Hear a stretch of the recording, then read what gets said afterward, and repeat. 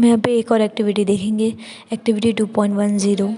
अब ये एक्टिविटी हमें यहाँ पे एसिड के लिए जो वार्निंग साइन डिस्प्ले वगैरह होती है, इसके लिए हमें यहाँ पे दिया हुआ है कि मिक्सचर जो पानी से बना मिक्सचर होता है वो एसिड और बेस के कंटेंट में होता है या नहीं होता है। इसके लिए हम एक एक्टिविटी देखेंगे, 10 ml water in a beaker. हमें एक बीकर लेना है, उसमें 10 ml तक पानी लेना है।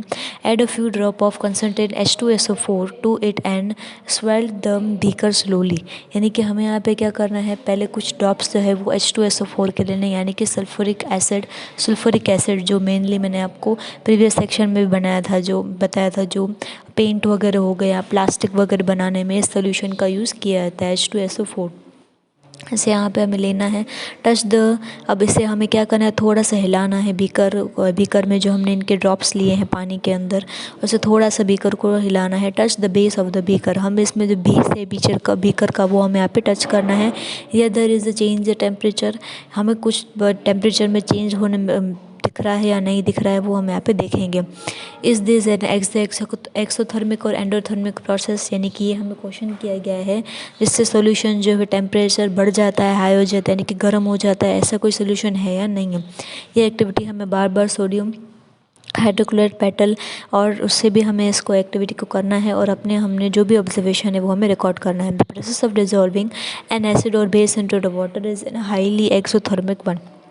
यानी कि ऐसे कोई भी, यानी कि एक तरीके के H2SO4 एक एसिड का फॉर्मेशन है जिससे हमें, यानी कि एसिड और बेस अगर हम पानी में डाल रहे हैं तो उससे हमारे पास एक्सोथर्मिक जो रिएक्शन है वो प्लेस होता है। Care must be taken by using mixing concentrate nitric acid और सल्फ्यूरिक एसिड विद वाटर। अगर हम nitric acid and sulphuric acid अगर पानी में मिला रहे हैं तो हमें खास करके उस चीज़ का ध्यान रखना पड़ता है। The acid must always be added slowly to water by concentrate stirring, यानी कि धीरे धीरे हमें इसको जो एसिड है वो डालना चाहिए। If water is added to the concentrated acid the heat can generated may cause the mixture of splash out and causes burn. अगर उससे जो गर्मी पैदा होती है, ठीक है, उस गर्मी की वजह से बहुत ज़्यादा नुकसान हो सकता है, यानी कि हमारी स्किन है वो जल भी सकती है। यानी कि बहुत ज़्यादा जो एसिड और बेस का फॉर्मेशन होता है वो बहुत ही ज़्यादा गर्म होता है ऐसे एसिड्स में। द हीट जनरेट में cause the mixture of splash out, यानी कि बस से हम बर्न हो सकता है चीज़ें। द ग्लास कंटेनर में also break due to excessive local heat, यानी कि अगर हम यहाँ पे, जैसे हमें आगे एक्टिविटी दी गई, थोड़ा सा सोल्यूशन पानी में डालेंगे तो बेस होगा एकदम से गर्म हो जाएगा, यानी कि वो जो है वो हीट जनरेट करेगा, एसिड अपने रिएक्शन है वो लेना स्टार्ट कर देगा।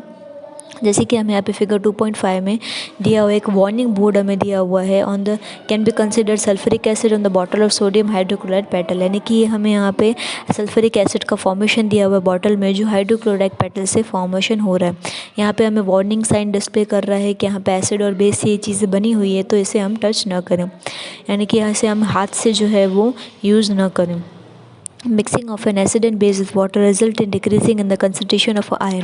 अब जब भी हम एसिड और बेस के फॉर्मेशन को पानी में मिलाते हैं तो ये जो है वो आयन्स हो जाते हैं, वो पॉजिटिव और नेगेटिव पर यूनिट में अपनी प्लेस ले लेते हैं, यानी कि पॉजिटिव आयन भी जनरेट होते हैं और नेगेटिव भी होता है। जैसे कि यहाँ पे हमें दिया हुआ H3O+ आयन दिया हुआ है, यानी कि हाइड्रोनियम आयन्स जो है वो क्रिएट होते हैं, प्लस में भी होते हैं और ये माइनस में भी प्रोसेस लेते हैं। Such process is called and dilution, ऐसे प्रोसेस को हम डिल्यूशन भी नाम से कह सकते हैं। एसिड और बेस है यहाँ पे डिल्यूट के नाम से भी, ऐसे जब हम पानी में मिला देते हैं तो उसके बाद यहाँ पे जो सोल्यूशन जनरेट होता है जो काफ़ी ज़्यादा गर्म होता है, इसे हम यहाँ पे डिल्यूट के नाम से भी डिनोट कर सकते हैं। तो इस तरीके से हमने यहाँ पे देख लिया है कि एसिड और बेस अगर पानी में मिलाया जाता है तो उसके रिएक्शन किस तरीके से प्लेस कर सकते हैं, किस तरीके से वो जो हीट है वो जनरेट करता है।